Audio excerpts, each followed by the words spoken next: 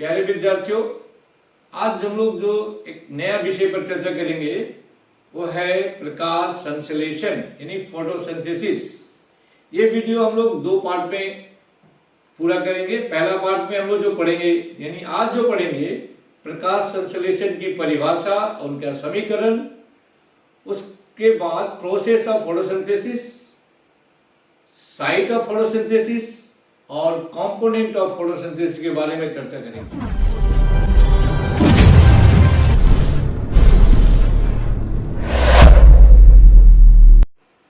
तो प्रकाश संश्लेषण है क्या? दिमाग में आता है क्या चीज है, क्या विषय है? तो इसके बारे में आज हम लोग अच्छी तरह से चर्चा करेंगे।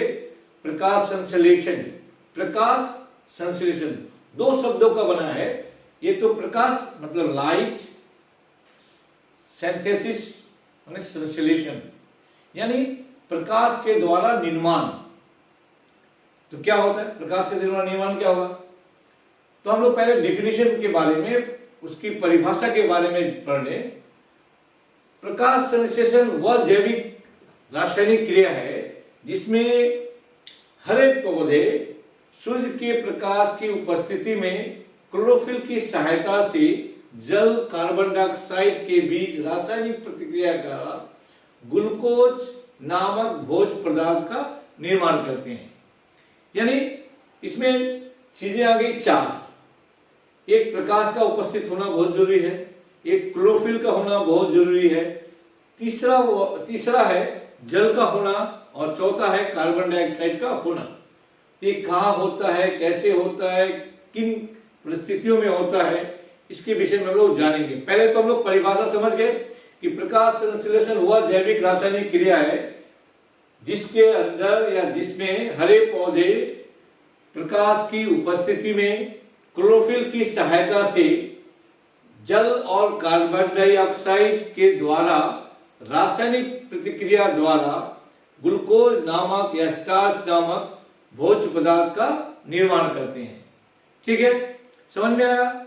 यानी फिर बताता हूं, प्रकाश संश्लेषण वह जैविक रासायनिक क्रिया है जिसमें हरे पौधे सूर्य की प्रकाश की उपस्थिति में क्लोरोफिल की सहायता से जल और कार्बन डाइऑक्साइड के बीच रासायनिक प्रतिक्रिया द्वारा ग्लूकोज नामक भोज्य पदार्थ का निर्माण करते हैं। ठीक है, इसको एक बार समझ लो, मैं फिर इसको अच्छे से चर्चा करूंगा। एक बार तो तय है कि इसमें चार चीजें लगी। पहला कि प्रकाश का होना जरूरी है, दूसरा क्लोरोफिल का होना जरूरी है, तीसरा जल का होना जरूरी है, चौथा कार्बन डाइऑक्साइड का होना जरूरी है। ये चारों चीज मिलके क्या बनता है? ग्लूकोज। ये चारों चीजें मिलके ग्लूकोज का यानी भोजन का निर्माण करती हैं। तो ऑटोमेटिक है, हम लोग जानते हैं क्लोरोप्लास्ट किस पौधों में पाया जाता है? किस पौधे में क्लोरोप्लास्ट पाया जाता है? हरे पौधे में, क्योंकि हरे पौधे में क्लोरोप्लास्ट पाया जाता है और उसमें क्लोरोफिल पाया जाता है। और क्लोरोफिल ही एक ऐसा पदार्थ है जो सूर्य के अणुओं को यानी फोटोन को ग्रहण करने की क्षमता रखता है। ठीक है, इसको हम लोग रासायनिक प्रतिक्रिया द्वारा, रासायनिक सूत्रों द्वारा, समीकरण द्वारा इसको हम लोग दिखा सकते हैं।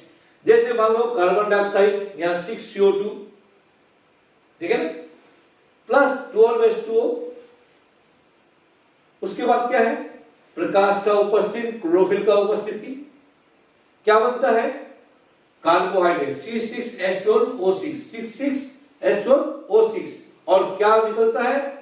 ऑक्सीजन 6O2 और 6H2O, दो बनते हैं। तो मुख्य रूप से जो बनता है उसको बोलते हैं स्टार्च या ग्लूकोज या कार्बोहाइड्रेट, ये बनता है। और ऑक्सीजन जो है बाई प्रोडक्ट के रूप में, उप पदार्थ के रूप में बाहर निकलता है।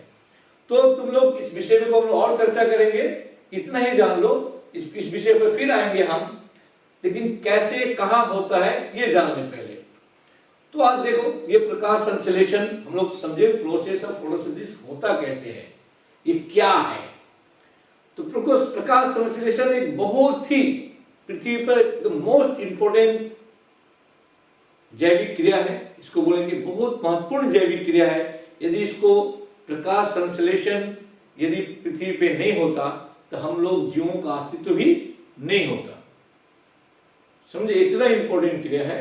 तो उसको हम लोग कैसे होता है, तो यहाँ इस चित्र में दिखाया गया है। देखो एक हरे पेड़ पौधे हैं, एक पौधा है सूर्यमुखी का, इसे दिखाया गया, कोई भी पौधा हो सकता है।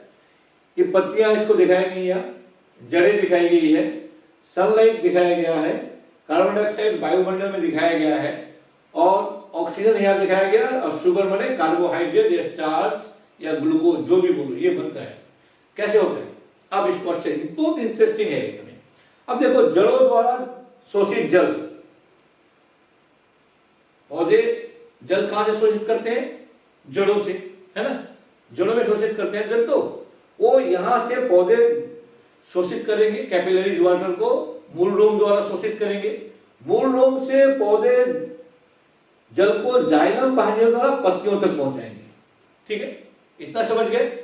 ठीक है, पत्तियां में क्या है, हरे पत्तियां हैं, पत्तियां हरी होती हैं, तो पत्तियों में क्या है, क्लोरोप्लास्ट अधिक मात्रा में पाया जाता है। मेसोफिल टिश्यू होता है, तुम लोग जानते हो, हम लोग टिश्यू पढ़ाते समय मेसोफिल टिश्यू पढ़े थे।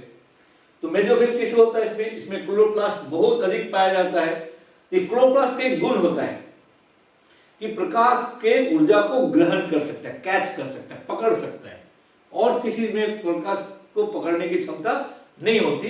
किंतु क्लोरोप्लास्ट के अंदर जो क्लोरोफिल पाया जाता है वो क्या करता है, प्रकाश को ग्रहण करता है। अब यहां से प्रकाश ले लिया, तुम लोग जानते हो वायुमंडल में कार्बन डाइऑक्साइड अवेलेबल है, पत्तियां कार्बन डाइऑक्साइड ले ली, उससे ग्रहण कर ली, यहां से जल चला गया, क्लोरोप्लास्ट हो गया, ये चारों मिलकर क्या बनाता है, शुगर यानी स्टार्च, भोजन बनाता है, और निकलता क्या है, ऑक्सीजन, निकलता क्या है, ऑक्सीजन। फिर से देखो, जड़ों द्वारा शोषित जल खनिज पत्तियों तक पहुंचता है, पत्तियां सूर्य के प्रकाश से फोटोन को ग्रहण करती हैं, पत्तियों में क्लोरोफिल, कार्बन डाइऑक्साइड वायुमंडल से ग्रहण करती हैं, और रासायनिक प्रतिक्रिया द्वारा भोजन का निर्माण करती है, और बाई प्रोडक्ट के रूप में ऑक्सीजन को बाहर निकालती हैं। तो हमने देखा कि प्रकाश संश्लेषण एक ऐसा क्रिया है जो मिट्टी से जल को लेता है, वायुमंडल से कार्बन डाइऑक्साइड को लेता है, उसमें हरे पत्तियां हैं, उसमें क्लोरोप्लास्ट होता ही है, वो सनलाइट को ले लेता है, और इनसे रासायनिक प्रतिक्रिया करके बहुत सारे एंजाइम भाग लेते हैं, रासायनिक क्रिया करके क्या बनाता है, भोजन बनाता है, और ऑक्सीजन को बाहर निकाल, ऑक्सीजन भी बनाता है। तो इस तरह हम देखते हैं कि प्रकाश संश्लेषण एक जैविक रासायनिक क्रिया है, लेकिन एक रूपांतरण हो रहा है, ऊर्जा का रूपांतरण हो रहा है। ऊर्जा जैसे क्या बोलते हैं इसको, सौर ऊर्जा, सूर्य की ऊर्जा को सौर ऊर्जा, सौर ऊर्जा को रासायनिक और स्थिर ऊर्जा में बदल देता है, क्या है, पोटेंशियल एनर्जी इसको बोलते हैं। ठीक है, तो सनलाइट से सौर ऊर्जा किस में बदल देता है, फोटोसिंथेसिस, ये प्रकाशन किस रूप में बदल देता है, स्थिर ऊर्जा में बदल देता है, पोटेंशियल एनर्जी में रूपांतरित होता है। तो प्रकाश संश्लेषण क्या है, प्रकाश संश्लेषण ऊर्जा का रूपांतरण की एक विशेष प्रतिक्रिया है, जिसमें क्लोरोफिल द्वारा सौर ऊर्जा का रूपांतरण स्थितिज ऊर्जा यानी पोटेंशियल एनर्जी में होती है। समझ में आया। तो प्रकाश संश्लेषण तो ऊर्जा का रूपांतर भी है। अब आओ थोड़ा सा हम लोग अच्छे तरह देख लें। अब ये फोटोसिंथेसिस प्रोसेस से वही चीजें हैं, ये मैट्रिक्स से इसको और भी थोड़ा तरीके से बताया हो। ये जो है कार्बन डाइऑक्साइड वायुमंडल से लिया, वाटर पत्तियों में कैसे पहुंचा, जड़ों के द्वारा पहुंचा, सनलाइट से फोटोन लिया, लाइट की किरणें की जो सबसे सूक्ष्म कण होते हैं फोटोन बोलते हैं, फोटोन के अंदर जो ऊर्जा रहता है वो ग्रहण कर सकता है लाइट, क्वांटम को ग्रहण कर सकता है। तो इस तरह ये ग्रहण कर लेता है और उसके बदले क्या मिलता है, ग्लूकोज और ऑक्सीजन। तो ये भी वही लिखा हुआ, केवल हरे पौधे पेड़ पौधे ही सौर ऊर्जा को ग्रहण करके स्थिर ऊर्जा में बदलने देते हैं, भोज्य पदार्थ के रूप में संचित हो जाते हैं, जो भोज्य पदार्थ के रूप में संचित हो जाते हैं। हम लोगों ने दोनों स्लाइड में एक ही पढ़ा कि हर एक पौधे जो है प्रकाश संश्लेषण कर सकते हैं, यानी क्लोरोफिल ही एक ऐसा माध्यम है। हम लोग भोजन, एक क्वेश्चन है मेरा आप लोगों से, क्या हम लोग भोजन बना सकते हैं? भोजन हम लोग बना नहीं सकते, पका सकते हैं लेकिन बना नहीं सकते। हम लोग चावल के दाने को नहीं बना सकते, हम लोग एक मटर के दाने को नहीं बना सकते, हम एक मक्के के दाने को नहीं बना सकते, आलू के छोटे पीस को नहीं बना सकते। हम लोग पका सकते हैं, क्यों? हमारे अंदर क्लोरोफिल नहीं है। समझ में आया? ये पौधे ही कर सकते हैं। अब देखो, हमने जो चर्चा किया था क्लोरोफिल, जो पत्तियां का एक छोटा सा टुकड़ा को काट दें तो ऐसा दिखेगा उत्तक का सजावट। अच्छी तरह ध्यान देके देखना, या ऐसा दिखेगा। पत्तियों का ऊपर क्यूटिकल होता है, ये वाला एपिडर्मिस होता है। ये जो उत्तक को बोलते हैं, पत्तियों के जो ऊपरी सतह के जो उत्तक को उसको बोलते हैं पेलिसाइड पेरेन्काइमा या मेसोफिल टिश्यू। पेलिसाइड पेरेन्काइमा या मेसोफिल टिश्यू बोलते हैं इसको, ठीक है। मेसोफिल टिश्यू और स्पंजी मेसोफिल नीचे वाले पृष्ठीय भाग में स्पंजी होता है इसका, एक ऊपरी भाग में बहुत ज्यादा मेसोफिल उत्तक रहता है। ये मेसोफिल उत्तक में क्लोरोप्लास्ट पाए जाते हैं और क्लोरोप्लास्ट के अंदर ही क्लोरोफिल पाया जाता है। यहाँ एक और रचना तुमको देखना होगा कि देखो, ये दोनों सेल के बीच में एक छिद्र है, स्टोमेटा बोलते हैं। क्या बोलते हैं? स्टोमेटा। क्या बोले इसको? स्टोमेटा। स्टोमेटा को क्या होता है? यहाँ से गैसों का आदान प्रदान होता है। ऑक्सीजन लेते हैं, कार्बन डाइऑक्साइड छोड़ते हैं, कार्बन डाइऑक्साइड लेते हैं, ऑक्सीजन छोड़ते हैं। हम आएंगे इसके विषय में विस्तृत रूप से।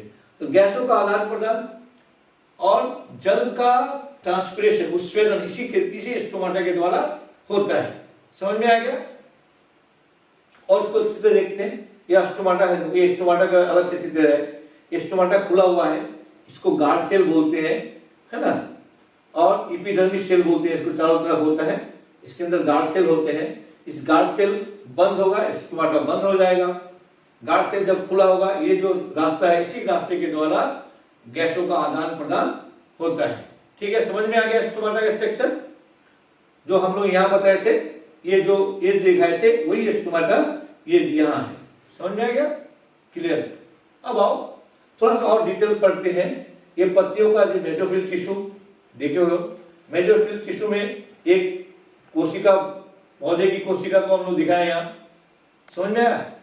पौधे की कोशिका में एक क्लोरोप्लास्ट है, ये क्लोरोप्लास्ट का चित्र है। क्लोरोप्लास्ट, ये क्लोरोप्लास्ट एक कोशिका अंग है, पौधों में केवल पाया जाता है। इसी के अंदर कोशिका क्या रहता है? क्लोरोफिल रहता है। इसी कोशिका के अंदर, इसी कोशिका अंग के अंदर क्लोरोफिल पाया जाता है। इसकी रचना को हम लोग, इस बीच वाले को थाइलोकाइड कहते हैं और इसके अंदर जो द्रव होता है स्ट्रोमा कहते हैं। ठीक है, इसको और थोड़ा डिटेल से देखेंगे हम लोग। अब ये देखो, क्लोरोप्लास्ट के अंदर एक क्लोरोप्लास्ट है। क्लोरोप्लास्ट पे डबल लेयर्ड स्ट्रक्चर है। आउटर मेंबर, इनर मेंबर दो होगा और उसके बाद कॉइन की तरह, सिक्के की तरह, देखो यहाँ सिक्के एक एक सिक्के की तरह होते हैं और इसको बोलते हैं, एक एक सिक्के को थाइलोकॉइड और इसको एक साथ मिलकर ग्रानम बोलते हैं। क्या बोलते हैं? ग्रानम बोलते हैं। ठीक है, और ये जो द्रव उसमें होता है, इस द्रव को स्ट्रोमा बोलते हैं। क्या बोलते हैं इसको? स्ट्रोमा। और स्ट्रोमा को एक दूसरे को, थाइलोकॉइड को जोड़ने वाले स्ट्रोमा लेमेली बोलते हैं। क्या बोलते हैं इसको? स्ट्रोमा लेमेली। ये पौधे के जो क्लोरोप्लास्ट है, ये इसी के, ये जो है, ये जो होता है, इसमें क्लोरोफिल पाया जाता है। क्लोरोफिल को पाया जाता है और क्लोरोफिल के अंदर ही प्रकाश को ग्रहण करने की क्षमता होती है, प्रकाश को पकड़ने की क्षमता होती है। क्लियर हो गया? तो ठीक है, अब आओ कि हम लोग क्लोरोप्लास्ट पढ़ गए, तो दो तीन क्वेश्चन में बता दूं कि पौधे जो है प्रकाश संश्लेषण के लिए क्या लेते हैं? कार्बन डाइऑक्साइड, और क्या निकालते हैं? ऑक्सीजन। ये दिमाग में रहना और एक साथ मत मिला देना चीजों को।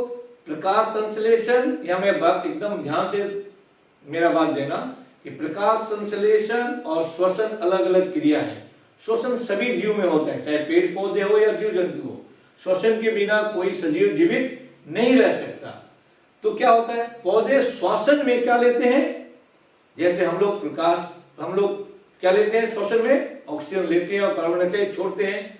पौधे भी ऑक्सीजन लेते हैं और कार्बन डाइऑक्साइड छोड़ते हैं। किस केस में, श्वसन के केस में। लेकिन हम लोग यहाँ क्या पढ़ रहे हैं, प्रकाश संश्लेषण। प्रकाश संश्लेषण में क्या होता है, जब प्रकाश संश्लेषण क्रिया होती है, पौधे कार्बन डाइऑक्साइड को लेते हैं और ऑक्सीजन को छोड़ते हैं।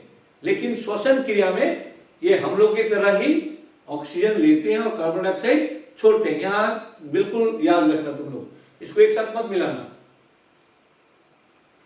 अब आओ, ये क्रिया कहां होता है, मैंने कहा ना, जहां प्रकाश फोटोसिंथेसिस कहां होगा, जहां जहां क्लोरोप्लास्ट पाया जाएगा। यदि जंतुओं में क्लोरोप्लास्ट पाएगा तो बिल्कुल जंतुओं में होगा। तो पौधे मोस्टली पौधों में पाया जाता है, तो पौधों के किन किन अंगों में होगा, जिन जिन अंगों में क्लोरोप्लास्ट पाया जाएगा। ठीक है, हम लोग बहुत सारे देखते हैं, पौधे का तना हरा होता है, हाँ बिल्कुल हरा होगा, उसमें क्लोरोप्लास्ट पाया जाएगा तो बिल्कुल होगा, है ना, बिल्कुल होगा। तो तना में मटर के तना देखो हरा होता है, साग का तना जब हरा होता है, कुमड़ा लौकी का तना हरा होता है, वहां जरूर होगा, वहां फोटोसिंथेसिस क्रिया होगा। और नागफनी, ये तना है, जानते हो ना, ये पत्ती नहीं है, तना है। ये तना का बदला हुआ रूप है नागफनी में, फेनिमेंशिया बोलते हैं उसको, फेनिमेंशिया बोलते हैं। इसमें क्या होता है, इसमें प्रकाश संश्लेषण की क्रिया होती है। तनों में होती है, जड़ों में भी होती है, प्राय कम जड़ों में, बहुत कम जड़ों में। यहाँ देखो ऑर्किड की जड़ है, ऑर्किड एक पौधा, फूल का पौधा है, बहुत सुंदर होता है। ये इसकी जड़ें क्या होती है, हरी होती है, इसमें क्लोरोफिल पाया जाएगा। तो उनके में क्या होगा, उनमें भी प्रकाश संश्लेषण की होगी क्रिया। और सिंघाड़ा के जड़ों में, ऑर्किड के जड़ों में, हाँ। और देखोगे फलों में, तुम लोग बहुत सारे आम का सीजन है, आम का सीजन में आम का कच्चा रहता है ना, हरा होता है, तो उसमें क्लोरोप्लास्ट पाया जाता है, वो अपना भोजन बनाता है और पौधे को, फल को और बढ़ाता है। ठीक उसी तरह नारियल का देखो तुम लोग, हरा होता है पहले, है ना, उसके खोल फल है, तो उसमें भी प्रकाश संश्लेषण क्रिया होती है, फलों में भी होती है। इससे ज्यादा बीजों में होती है, जैसे बीज देखा होगा तुम लोग, हरा मटर पाया जाएगा, सोयाबीन के बीज देखा होगा, हरा होगा। तो इसमें जो है बीजों में भी प्रकाश संश्लेषण क्रिया होती है। अब आप दिमाग में आएगा, हम तो सब पौधे के बारे में बात कर रहे हैं, तो कुछ जंतुओं में भी होता है, जंतुओं में भी प्रकाश संश्लेषण क्रिया होती है। तो दिमाग में आएगा, सर क्या होगा, जहां जिस जंतु में निकाला, जिस जंतु में क्लोरोफिल पाया जाएगा। तो एक कोशिकीय कुछ जंतु हमारे हैं जो उसमें क्लोरोफिल पाया जाता है। जैसे तुम्हारे यहाँ चित्र में दिया हुआ, चित्र में देखो, ये जो अमीबा है ना, ये अमीबा जो, इस अमीबा को क्राइस अमीबा बोलते हैं। इसमें क्लोरोफिल पाया जाता है, अपना भोजन खुद बनाता है। ठीक उसी तरह ये देखो यूग्लिना है, इसमें भी क्लोरोफिल पाया जाता है, ये भोजन खुद बनाता है। ठीक है, अब ये देखो साइनोबैक्टीरिया है, साइनोबैक्टीरिया में भी, बैक्टीरिया में मैंने कहा, जीवाणु में भी बैक्टीरिया, साइनोबैक्टीरिया, इसमें क्लोरोफिल पाया जाता है और ये अपना भोजन खुद बनाता है। तुम लोग क्वेश्चन भी आता है, एक जंतु का नाम लिखो जिसमें क्लोरोफिल होता है, क्लोरोफिल पाया जाता है, अपना भोजन स्वयं बनाता है। मैंने कहा ना कि ये यूग्लिना लिख सकते हो, क्राइस्ट अमीबा लिख सकते हो। ठीक है, बैक्टीरिया तो प्लांट में आता है, इसलिए बैक्टीरिया को हम लोग नहीं लिखते। ठीक है, जंतु बोलेंगे तो ये दोनों तुम आराम से लिख सकते हो, और पैरामोशियम भी लिख सकते हो। ठीक, अब ब्लू ग्रीन एल्गी में भी होता है, फोटोसिंथेटिक पिगमेंट पाया जाता है, क्लोरोफिल पाया जाता है। जो ब्लू ग्रीन एल्गी है, इसमें हरे होते हैं, क्लोरोप्लास्ट पाया जाएगा। तो हम लोगों ने देखा कि ये कहां कहां होता है, हम लोगों ने देखा कि तना में भी होता है, जड़ों में भी होता है, फलों में भी होता है, बीजों में भी होता है, जंतुओं जैसे क्राइस्ट अमीबा और यूग्लिना में भी होता है, जीवाणुओं में भी साइनोबैक्टीरिया होता है, साइनोबैक्टीरिया में होता है, और ब्लू ग्रीन एल्गी में भी होता है। क्यों होता है? सिंपल एग्जांपल होगा, इन सब में क्लोरोप्लास्ट या क्लोरोफिल पाया जाता है, क्लोरोफिल पाया जाता है। गुड। अब आओ आज जो विषय चर्चा करेंगे, इसके लिए आवश्यक पदार्थ क्या है, कच्चे माल क्या है। कोई भी चीज बनाने के लिए पूरे कुछ भी बनाओगे तुम लोग, चिकन बिरयानी बनाओगे, मटन बिरयानी बनाओगे, जो भी बनाओगे तो उसको कुछ देखिए क्या कहते हैं, इंग्रेडिएंट चाहिए, जो जो चीज लगता है बनाने के लिए उसे। उसी तरह प्रकाश संश्लेषण को ग्लूकोज बनाने के लिए कच्चे माल की आवश्यकता है। वो कच्चा माल क्या है, कार्बन डाइऑक्साइड है, पहले बात हो चुका है, जल है और क्लोरोफिल है और सनलाइट है, यानी लाइट होने से होगा, लाइट है। तो हम लोग चार विषय पर, इस चारों विषयों को चर्चा करेंगे। तो फिर समझ लो कच्चे माल किसके लिए है, तो हम लोग कार्बन डाइऑक्साइड, जल, क्लोरोफिल और प्रकाश, कार्बन डाइऑक्साइड, जल, क्लोरोफिल और प्रकाश। अब देखो कार्बन डाइऑक्साइड, कार्बन डाइऑक्साइड जो है पौधे के लिए प्रकाश संश्लेषण में बहुत ही आवश्यकता, रॉ मटेरियल, कच्चे माल के रूप में इस्तेमाल होता है, ठीक है ना, कच्चे माल के रूप में इस्तेमाल होता है। और स्थलीय पौधे, पौधे जलीय भी होते हैं और स्थलीय भी होते हैं। जल स्थलीय पौधे कहां से प्राप्त करते हैं कार्बन डाइऑक्साइड, वायुमंडल से, जंतुओं के द्वारा छोड़ी गई कार्बन डाइऑक्साइड, पौधे के द्वारा भी छोड़ी गई कार्बन डाइऑक्साइड श्वसन में। और एक आता है फिर दिमाग में आ गया, जलीय पौधे कैसे प्राप्त करते हैं कार्बन डाइऑक्साइड। जल में तो, समुद्र में तो पूरे पृथ्वी का 80% पौधा समुद्र में ही है, एल्गी, तो वो कैसे लेते हैं, तो वो कैसे लेते हैं तो बताओ। वो जल में कार्बन डाइऑक्साइड घुला रहता है, वो ले लेते हैं। अब दिमाग में अगर जल में कार्बन डाइऑक्साइड घुलता है, तुम लोगों ने देखा है कि जल में कार्बन डाइऑक्साइड घुला होता है, देखा है किसी ने, याद करो। तुम लोग कोल्ड ड्रिंक पीते हो तो बोतल से कौन सा गैस निकलता है, हिलाने से कौन सा गैस निकलता है, कार्बन डाइऑक्साइड निकलता है ना, कार्बन डाइऑक्साइड। तो जल में कैसे घुसा, कंप्रेस किया गया, उसमें जल में घुल सकता है, इसका मतलब गैस जल में घुल सकता है। तो जब गैस जल में घुल सकता है, वहां से वो जलीय पौधे जल में घुली हुई कार्बन डाइऑक्साइड को ग्रहण करते हैं प्रकाश संश्लेषण के लिए, ठीक है। इस तरह से कार्बन डाइऑक्साइड वातावरण में पौधे को स्थिर करते हैं, लेके कार्बन डाइऑक्साइड को लेके पौधे। अब आओ दूसरा जो जल, जल बहुत मोस्ट इंपोर्टेंट, चारों में जल भी है, चारों इंपोर्टेंट है। जल भी इंपोर्टेंट खाद्य कच्चे माल के रूप में प्रकाश संश्लेषण क्रिया के लिए आवश्यक है। ये जल मैंने बताया था कि पौधे कहां से लेते हैं, जड़ों से लेते हैं, जल जड़ों से शोषित करते हैं, जल को भूमि से लेते हैं कैपिलरी वाटर द्वारा, और वो जाइलम वाहिनियों द्वारा पत्तियों तक पहुंचाते हैं। इस क्रिया में क्या होता है, जल क्या करता है, जल के अणुएं प्रकाश संश्लेषण के समय टूट जाती हैं और H और OH आयनों में, OH आयन मिलकर फिर जल ऑक्सीजन बना लेते हैं, और H आयन NADP नाम है, एक हाइड्रोजन ग्राही है जो पत्तियों में पाया जाता है, हाइड्रोजन ग्राही nicotinamide adenine dinucleotide phosphate. हम लोग दूसरे स्लाइड में बिल्कुल चर्चा करेंगे, इसके बारे में डिटेल्स चर्चा करेंगे। इतना ही समझ लो कि जल आवश्यक है, क्योंकि इस जल का स्प्लिटेशन होता है, टूटता है, और H और OH में विभक्त होकर फिर जल क्या बनाता है, ऑक्सीजन बना लेता है और हाइड्रोजन को अलग कर देता है, और हाइड्रोजन NADPH2 बनाता है मिलके, ठीक है।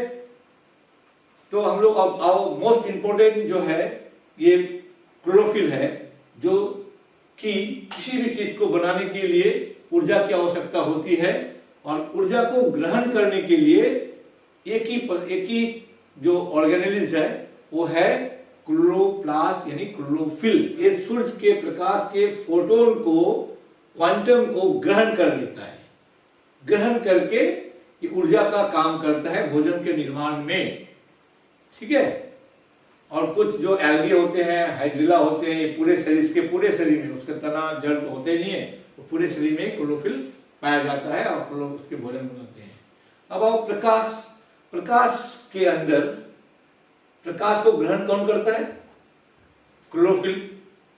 क्लोरोफिल में तो प्रकाश में तुम लोग जानते हो कि 7 रंग होते हैं, विव गियर, सब की क्या होती है, वेवलेंथ अलग अलग होती है। वेवलेंथ क्या होती है, अलग अलग होती है। तो सबसे ज्यादा जो है ब्लू और रेड, ब्लू और रेड, रेड और ब्लू में सबसे ये प्रकाश संश्लेषण क्रिया तीव्र होती है, अधिक होती है, और हरे में नहीं होती। बाकी पीली, बैगनी में भी बहुत कम मात्रा में प्रकाश संश्लेषण क्रिया होती है। तुम लोग जानते हो कि हरा में क्यों नहीं होगा, हरा रंग पत्तियां रिफ्लेक्ट कर लेती है, तभी तो हरा दिखाई देता है। हरे पत्तियों में क्या करती है, सब रंग को एब्जॉर्ब करके हरे को रिफ्लेक्ट करती है, इसलिए पत्तियां हरी दिखाई देती है। तो हम लोग इस स्लाइड में देखें कि सबसे ज्यादा प्रकाश संश्लेषण क्रिया किस रंग में होती है, प्रकाश के लाल और ब्लू में होती है, लाल और ब्लू में होती है, ठीक है। और सबसे कम हरे और बैगनी और पीले में कम प्रकाश संश्लेषण होती है, ठीक है। तो आज हम लोग इस पूरे चैप्टर को पढ़े। प्रकाश संश्लेषण किसे कहते हैं? प्रकाश संश्लेषण वह जैविक क्रिया है जिसमें हरे पेड़ पौधे प्रकाश की उपस्थिति में क्लोरोफिल की सहायता से जल और कार्बन डाइऑक्साइड के बीच रासायनिक प्रतिक्रिया द्वारा ग्लूकोज या भोजन का निर्माण करते हैं। और इसका समीकरण पढ़े, 6 अणु कार्बन डाइऑक्साइड, 12 अणु जल, प्रकाश और क्लोरोफिल की उपस्थिति में कार्बोहाइड्रेट का निर्माण होता है, और बाई प्रोडक्ट के रूप में जल ऑक्सीजन बाहर निकलता है, जल और ऑक्सीजन बाई प्रोडक्ट के रूप में बाहर निकलता है। मुख्य प्रोडक्ट क्या है?